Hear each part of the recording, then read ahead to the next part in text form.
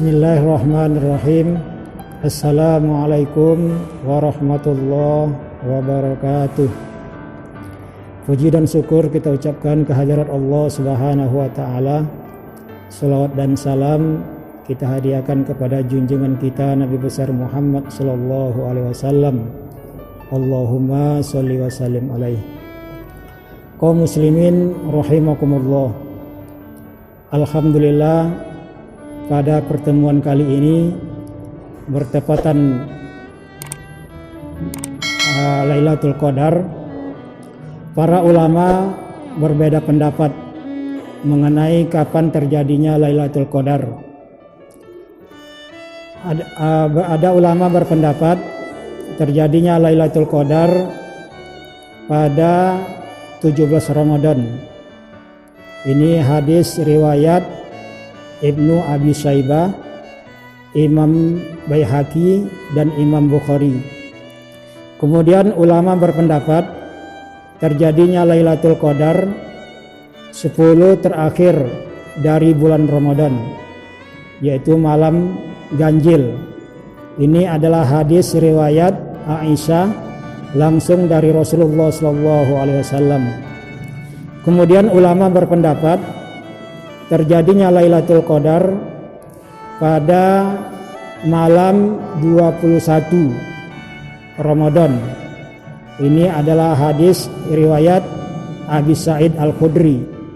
Kemudian ulama berpendapat terjadinya Lailatul Qadar pada malam 23 Ramadan. Ini adalah hadis riwayat Abdullah Al-Juhaini. Kemudian yang terakhir ulama berpendapat terjadinya Lailatul Qadar pada malam 27 Ramadan. Ini adalah hadis riwayat Ibnu Umar. Kemudian ada sahabat datang kepada Rasulullah, "Ya Rasulullah, saya ingin sekali rasanya mendapatkan Lailatul Qadar, tetapi saya tidak bisa berdiri lama-lama. Saya tidak bisa sholat berdiri lama-lama, tetapi saya ingin mendapatkan Lailatul Qadar.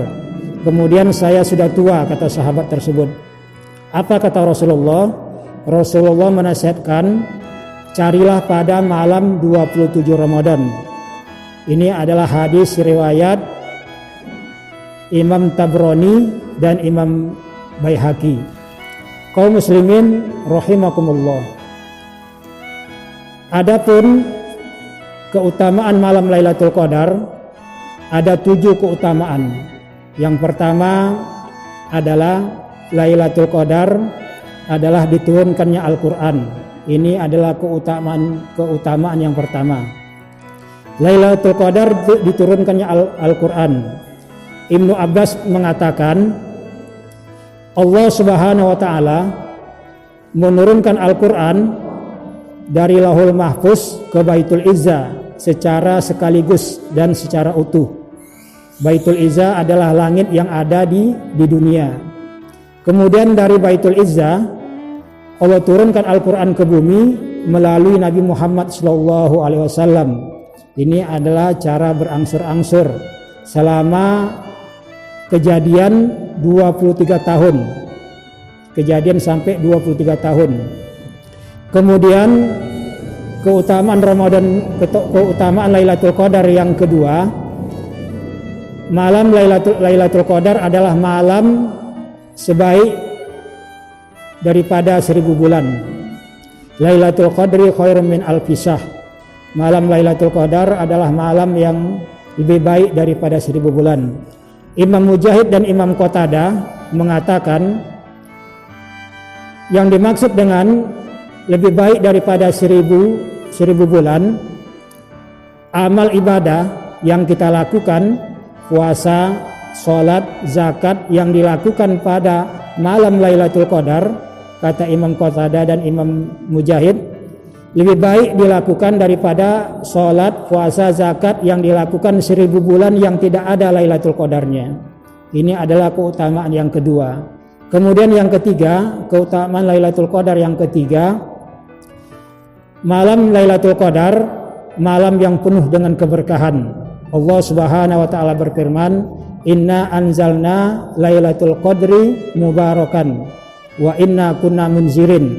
Sesungguhnya kami menurunkan malam Lailatul Qadar itu adalah malam yang penuh dengan keberkahan. Inna kunna munzirin, sesungguhnya kepadamu kamilah yang akan memberikan peringatan, kata Allah. Kemudian yang keempat, keutamaan malam Lailatul Qadar.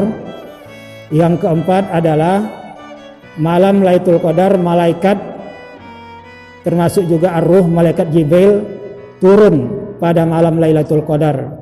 Tanazzalul malaikatu fiha. Malaikat dan malaikat Jibril turun pada malam Lailatul Qadar. Tentunya malaikat turun ke bumi tentunya membawa keberkahan dan keselamatan. Malaikat akan menghampiri orang-orang yang membaca Al-Quran.